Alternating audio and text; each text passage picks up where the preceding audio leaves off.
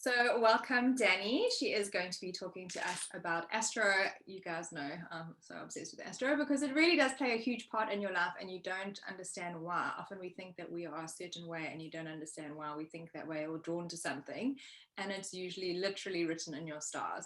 So Dani has an amazing, amazing niche. She does everything, but my favorite niche for her is that she does it with your little babes. So it's all about you and your mother, and also how, if you are a mother, how you nurture your child, but also how you nurture yourself. So Dani's just going to explain a little bit about what we are going to be talking about when she does her tier 2 community call.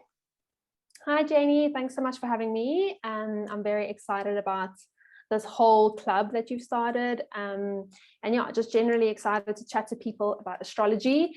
And yeah, like you said, my focus at the moment is children because I'm a young mom of two little babes, Luna and Lyndon, and it's just been so fascinating for me to see their charts and to understand them as individuals and to really understand their blueprint, really. So that's kind of where the inspiration came from.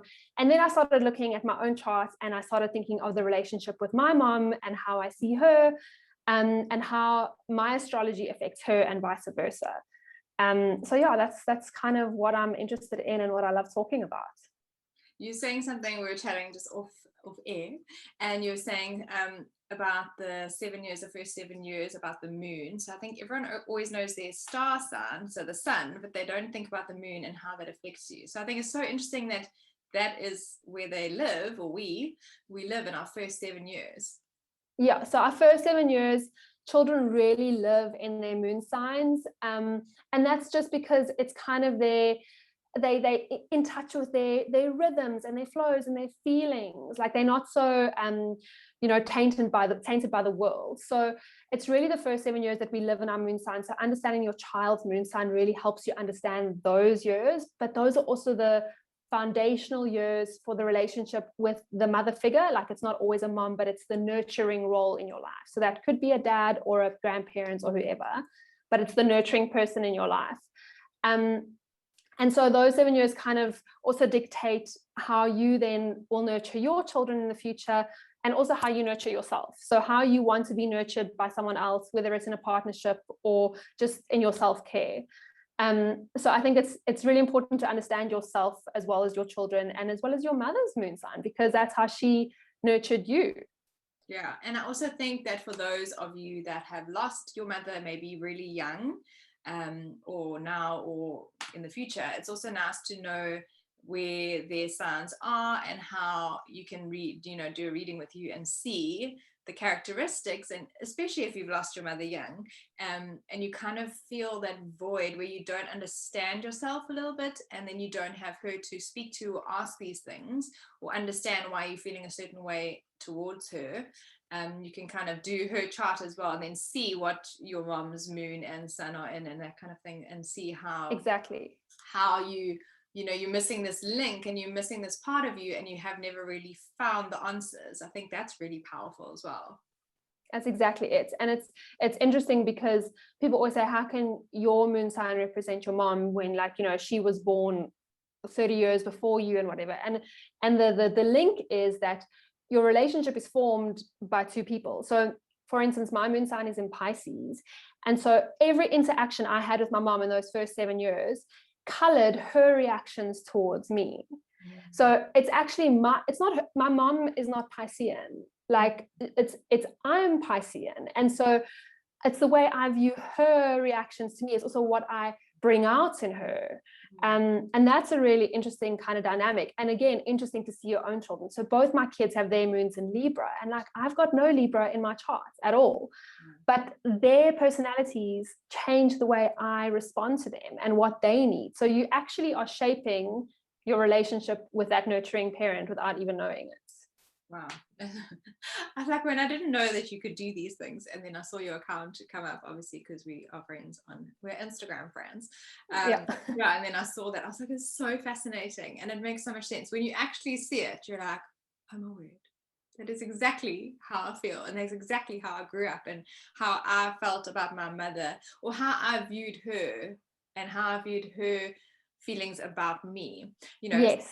second child problems, you're like, oh, he's the favorite, not me, things like that, like silly little Yes. things.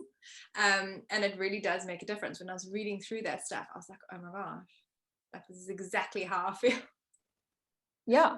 Maybe that's why I am the Leo I am, because I was like, I need to just be seen. When you're the second child, you feel like you're not seen as much as the first child.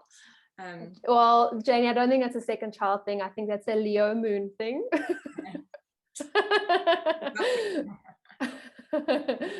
Yeah, but it's exactly that.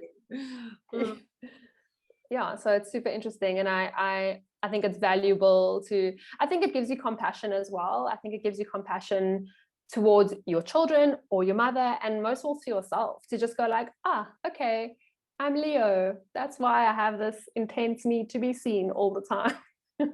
You're like, I'm not actually just an attention seeker. It's literally in my DNA. I can't help it. Other people always like, oh, you're just so full of yourself. The usual things. You're so bossy. You're so full of yourself and all this stuff. And you're like, oh, no, I'm not. Hence why you started a self-love club and owned it all. Trying to help other people feel more in the spotlight. No, just also, focus on themselves. That's the thing. I shine a spotlight on others, even though exactly. So I'm super excited. I think there's a lot of mother healing that needs to go on for everyone. Whether you had an amazing relationship with your mother or have an amazing relationship with your mother, I always think there's something, with every family member or friend, there's always something that we all need to work on or heal with things, and that have affected us even from childhood, and it might be subconscious and you don't even know what it is. But I think the mother healing aspect is really important for us, and to heal ourselves so that we can be whole and go forward through life, even if you're not having a child. But if you do have a child, you heal that aspect within you so that you don't carry it on and pass it down to them, like those thoughts and feelings. 100%. You don't have to be a mom to be interested in stuff. I think the main element is the self-nurturing, and to understand that if your moon sits in Pisces, your self-nurturing is going to look very different from somebody whose moon sits in Aries, and the way you process emotions and feelings, it's just like it's just a permission slip to like feel the things you need to feel. But it's often much easier when somebody says it to you and tells you that it's okay, and it's often a lot easier to then delve into those practices. Yeah, it's the permission, exactly, because you could be reading it or someone else could have told you, especially like a close family member, but as soon as it's someone from the outside telling you, then it's easier to listen and believe in it. Exactly. Yay, I'm so excited for this. And everyone who's going to be joining, if you're joining tier 2, you get to see this beautiful face and learn all of the things to heal. And we'll just keep all the information coming, and I can't wait to sign you all up. Yay, I'm excited.